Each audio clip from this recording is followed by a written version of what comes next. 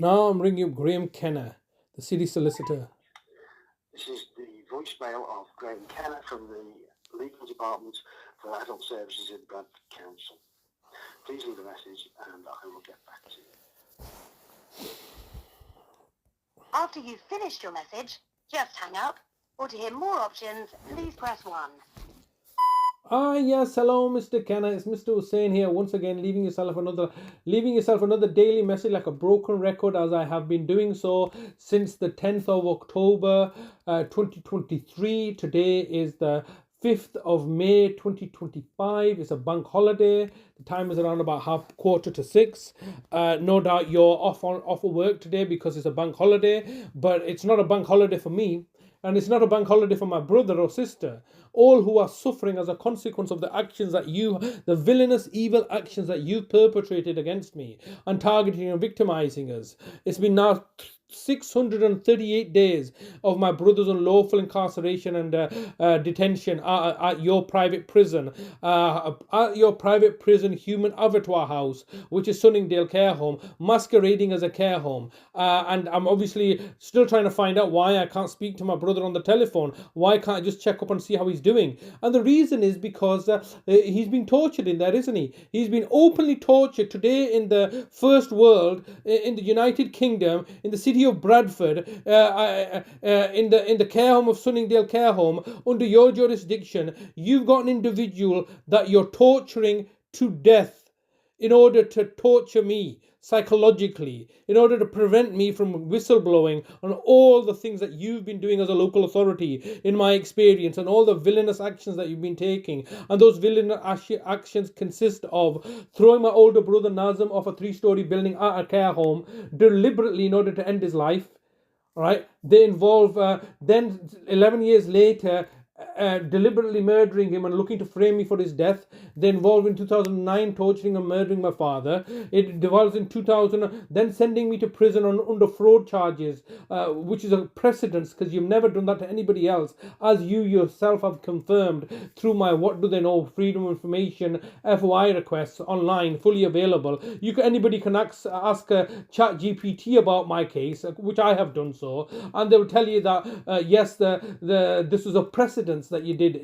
You tried to take all the money off us and try to be in charge.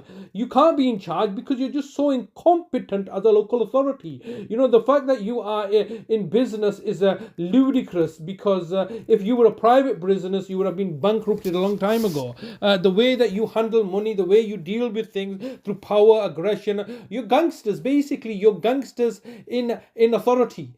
You are power hungry, power grabbing, money grabbing lowlifes that are in charge and are on authority, and then you convince the people to vote for you. Vote for who? These councillors are just public servants. Public relations officers, as I call them. They're not doing anything. It's the higher ups that are looking to give the justification of taxing people and exploiting their labour. Coming back to my brother, why is my brother being detained at this facility? Have you explained to me 638 days later, what is the legal basis of his detention? What is the legal framework? Nothing. You simply came down and kidnapped him because you wanted to silence me. How's that working out for you exactly? You're trying to financially ruin me. How's that working out for you exactly? You know, I'm still here stronger than ever, and I don't need to resort to criminality. That's your department as a council. You're the criminals. You're the liars. You're the bullshitters. You go around controlling. You're literally a psychopathic organization that's torturing and murdering people, and then looking to play the blame game and saying that it's my fault. How is it exactly my fault? You're in a position of trust and authority, am I? Was I ever? I am a trustee of a private family trust. That's my family gives me the money, all right, to take care of them. What's your involvement? All right. Oh no, we're protecting the weak and the vulnerable. Which weak and the vulnerable are you protecting? Did you protect my mother? You tortured her to death the last 338 days of her life. Did me or my brother Talib or my sister get to see our own mother? Did we get to attend her funeral? No, we didn't, because of your villainous evil actions. You did this. You tortured and murdered my mother just to get a rise out of me, just to get a reaction out of me. All right. My brother was traumatized. My brother Talib's been traumatized. My sister in Oldham's been traumatized. I'm traumatized. We're all traumatized by your actions. You're an evil, vicious, vindictive public authority, and there's no stopping you, is there? Nobody that you can't go and put the local authority into a prison, can you? And the central government doesn't have the means and resources to put you into special measures because you are off your head, literally. I've been dealing with people with mental health problems all my life, and I can categorically state you're a bunch of lunatics. You are simply off your head, committing acts of villainy and tyranny. Why is my brother being detained at this facility? Why can I not see him? How is it in his best interest? You've simply come down and kidnapped him. He has no idea where his family is. You've murdered, and everything I'm saying you've done to me, you've done to him. It's even worse. You've murdered both his parents. You murdered his older brother, all right? And you put his younger brother into prison. And you're refusing to let him see his own brother. How exactly are you acting my brother Talib's best interest? No, let's just face it. Let's just get the, let's not play all these shenanigans and games about, rhetoric. You are criminals. You are lying, cheating scoundrels that torture and murder people, and then you sign it all off because you get the judges to prostitute out their services. You get the police to bully and intimidate and arrest people, so that you can put fear into them. That's what you've been doing to me, isn't it? You're trying to scare me. What are you going to scare me with? You've already put me to prison. You've already taken away all my money. You've already destroyed my life. So what are you going to fear? I've got nothing to fear from you.